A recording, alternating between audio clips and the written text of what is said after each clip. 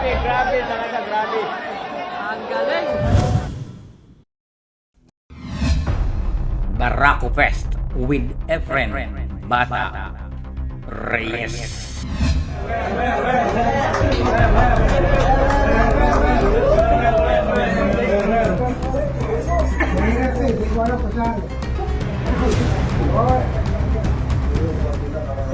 Hindi ka na natin sport gym na.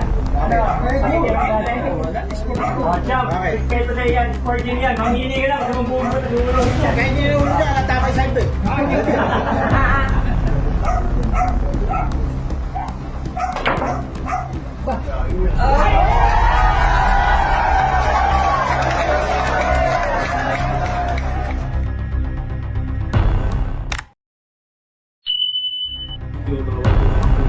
At pagkatapos nga ng magic shot ng greatest of all time, dito tayo sa bakbakan ng legend at ng dalawang rising stars na si JB Sukal, AJ Manas, at siyempre Ronnie Alcano at Efren Bata Reyes dito sa Barako Fest 2025. Mga kaibigan, ito ay ginanap siyempre sa Batangas. Barako sino ga ang Barako ay di ang taga Batangas. Mga kaibigan, ang magigiting at matitikas dyan sa lugar na yan. Alright, balik tayo sa lamesa sapagkat si JB Sukal ang tumirada sa uno, subalit sumablay. Pagkakataon para kay Ronnie Alcano sa side pocket ang unang bola. Panoorin natin mga kaibigan.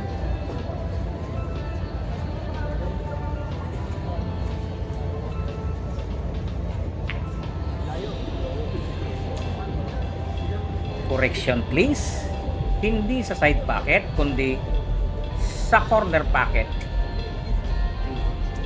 Balak ipasok, datapwat sumablay si Ronnie Alcano.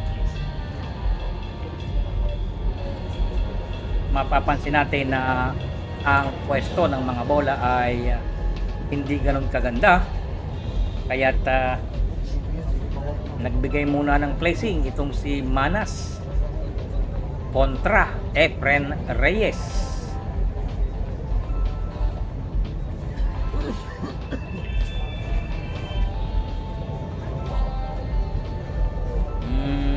Mga kaibigan, nagkaroon ng puwang or kitang kita ang one ball para kay JB Sukal at isa lang ang nakikita natin dito. Kapag naipasok ni JB itong uno bolas ay pagkakataon na para medyo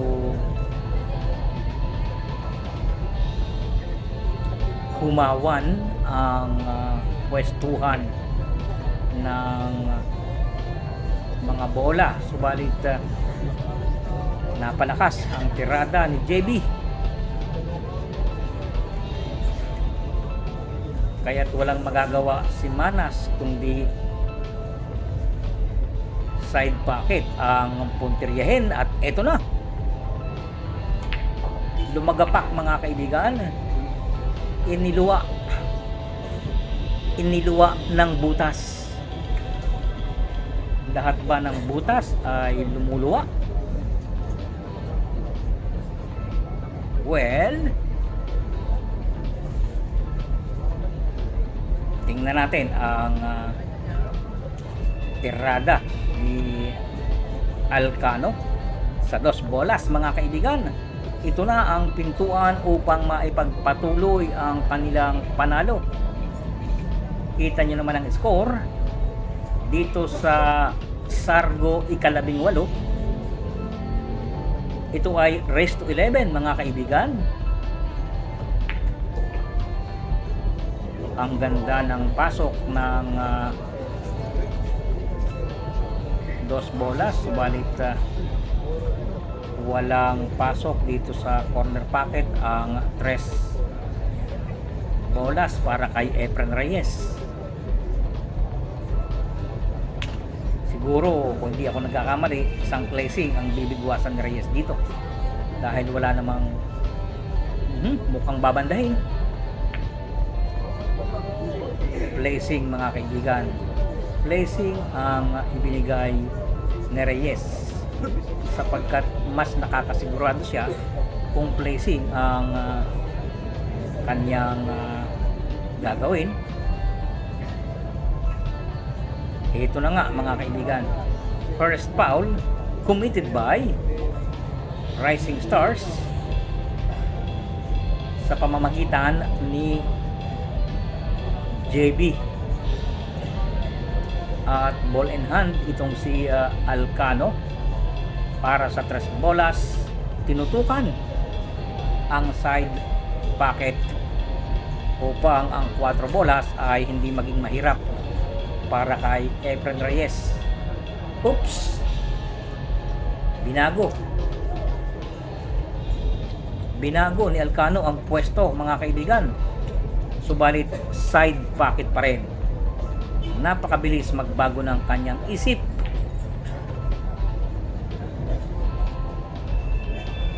Parang babaeng may toyo. Alright,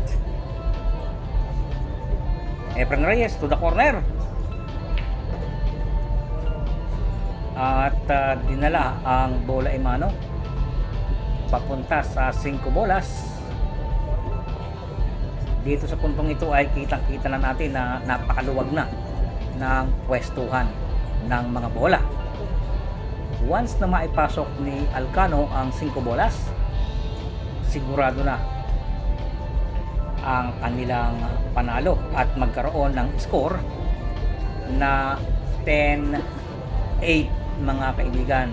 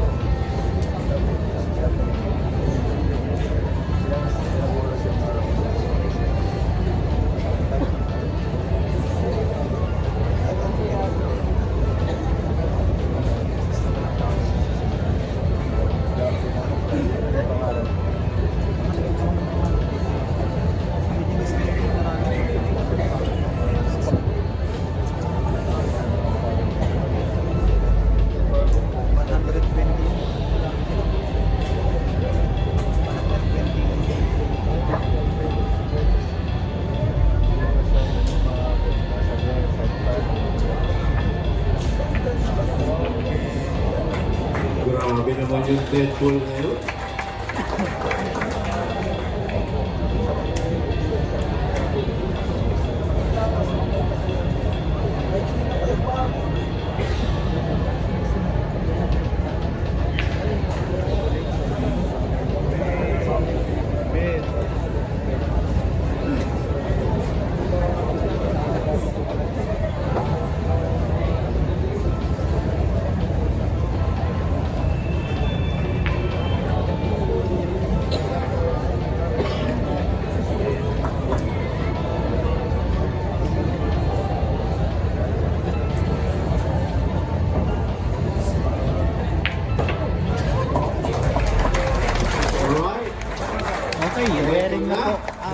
team.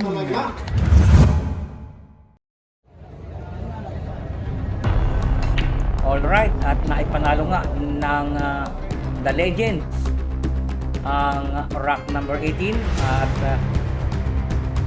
ito na ang huling sargo na pwede nating mapanood sa puntong ito sapagkat isa na lang ang kailangan at panalo na ang The Legends.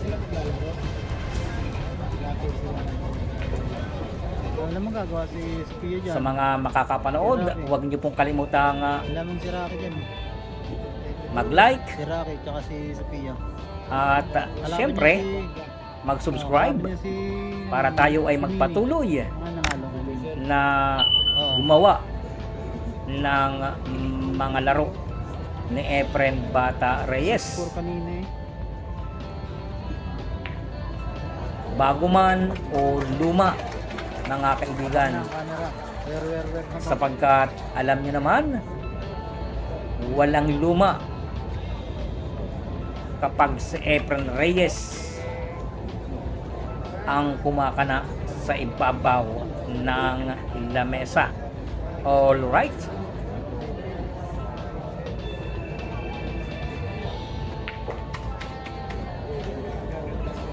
Last 2 balls para kay Legends. Ilalagay Tingnan natin kung ano ang kanyang ilalagay na yun gagawin upang madala Baka nga si Rocky at si sa 9 ang bola imano para sa last ball, mga kaibigan. Napakaganda ng atras. Napakaganda ng atras, mga kaibigan. Uy, game ball, mga kaibigan. Salamat sa inyong panonood. Don't forget to subscribe sa channel ni Mr. F TV.